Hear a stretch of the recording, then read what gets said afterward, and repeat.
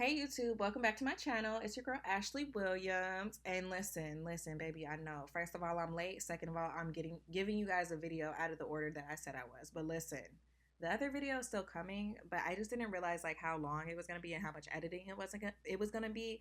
And there was too much life happening for me to be able to get to it. This video is shorter, so y'all getting this one first. So you can already see my hair is blown out, and I didn't give it like a pristine blowout. We just got, something light, something little, something so it'd be easier to part because I already knew I was gonna be in a rush for time.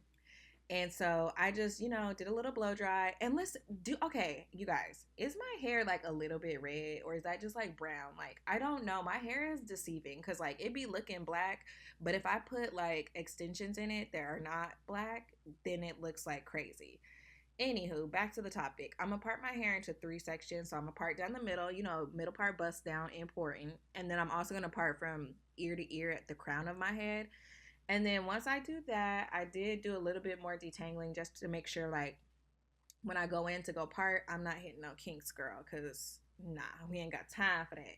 And so then once I have that all brushed out, I went ahead and parted from ear to ear at the nape of my neck. So, like, the top of my ear to the top of my other ear. And this is just like a foundation I always follow because you see that middle portion, it be so much hair. It's so much hair there, but we just got to work in sections, and that's what helps us get everything popping. So once I had my part nice and straightened up, I did go in and part that lower third of my head into three different sections so that I could have three rows down there and get it. Look. I know the part is crazy. I'm fixing it. Okay, I am fixing it. Don't worry. Don't have no fear. My part ain't never gonna be on lean like that. It would have to be like, girl, you gotta leave the house in 2 seconds for it to look like that. So I just parted that out, and then at the nape of my neck, I did have four braids. I attempted to do the bricklaying pattern in some places, like the braids, the lock, not the locks. I ain't got locks. The mini twist. That better not be my future because these do lock up on me. Anywho, at the nape I did four mini twists. I don't even remember what I was saying. So sorry. But I will be using the do for this style. And I'm going to show you two different methods that I use to twist. So what I do is I always start with a braid at the base. And then once I braid down a certain amount, I'll take the two smallest pieces of the braid and put them together and then start twisting down. There's also another method that I follow that I feel like is a little bit of a smoother transition from braid to twist because sometimes at that junction it could look a little bit funky depending on how you did it. So I'm going to show you another way as well so that you could get a nice smooth transition from braiding with three strands to twisting with two. You could also always do a 3-strand twist.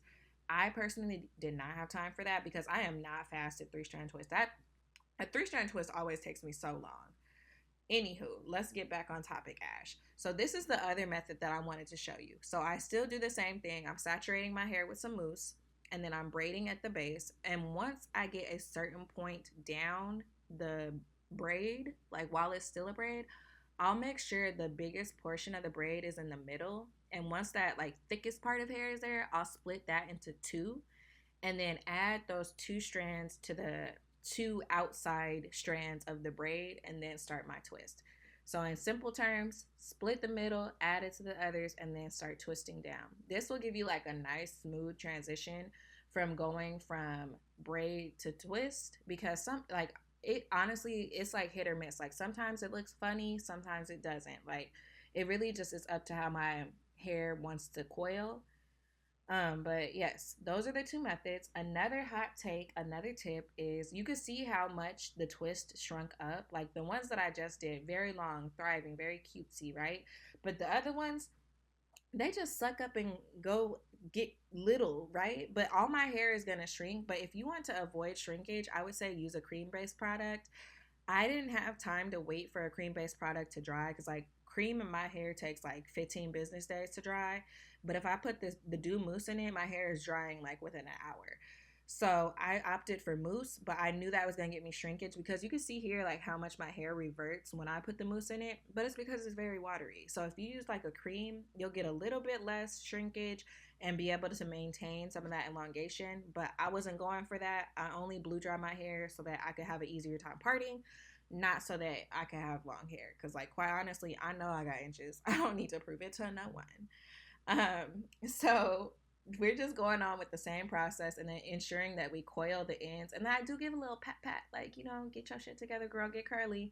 And then this is with the majority of my hair done. I got a lot of twist up in there. Don't ask me how many. I just know it's a lot, okay? The hair is hairing. That trim that I did in my last video, I think that was my last video.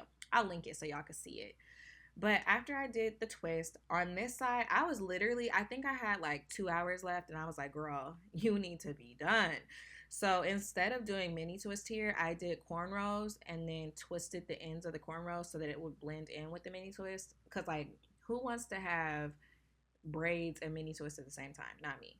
So another option, like if you can't braid, you can also do a flat twist. I am very slow at flat twists, so I opted to just do a cornrow because I know I'm fast at that. Because I don't know why, like when it comes to the flat twist, my hands be like, "Girl, what is we doing?" But when it's cornrows, I ain't even gotta look at what I'm doing, and it's probably just what is it? An artifact. Look at me talking in work terms. It's just an artifact of me doing cornrows so much more than doing flat twists. So once I got to the part of the cornrow that's no longer attached to my scalp, I did braid down a little bit more before I started twisting.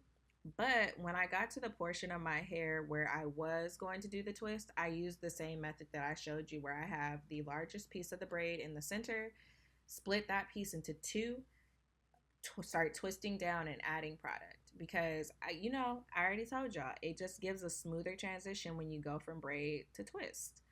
They're not the same thing. And look, nobody got time to three-strand twist. If you do have time to three-strand twist, then you don't even got to worry about this part at all.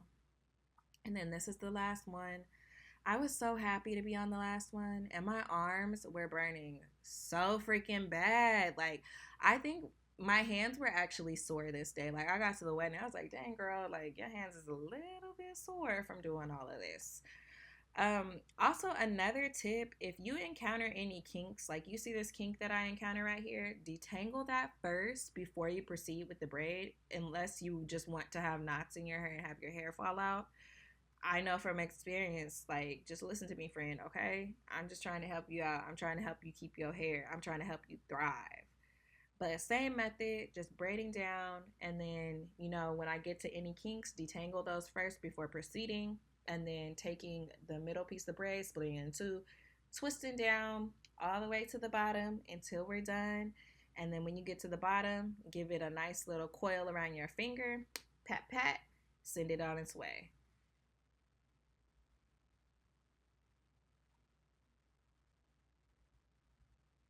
Okay, so we're finishing up. Thank y'all for having patience with me. If you do have patience with me, thank you for that. Thank you for watching. Please like, comment, subscribe. I will give you a better little view of like what my hair and makeup looked like once I finished.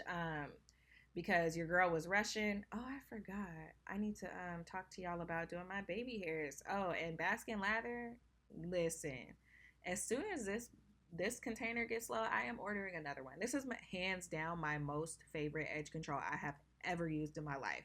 And let me tell you why I love it. When you put it on your hair, you get your baby hairs in place, you do not have to wrap your hair. I love that for me. It was also very hot at this wedding, and I think my baby hairs stood the test of time. They also stand the test of time when I work out. So, like, of course they're going to be good at a wedding. But this edge control, whew, my fave. Now here's the finished look. We're looking full, we're looking juicy, we're looking defined. The ends are coiled, the braids are braiding, the baby hairs are in place, and I'm absolutely in love. Like, I love how full they came out. I usually don't do them this small, so I really, really love how these came out. Please be sure to like, comment, subscribe. Let me know what you want to see, and I will be back with another video for you guys next week, and hopefully it's on Monday and not on Friday.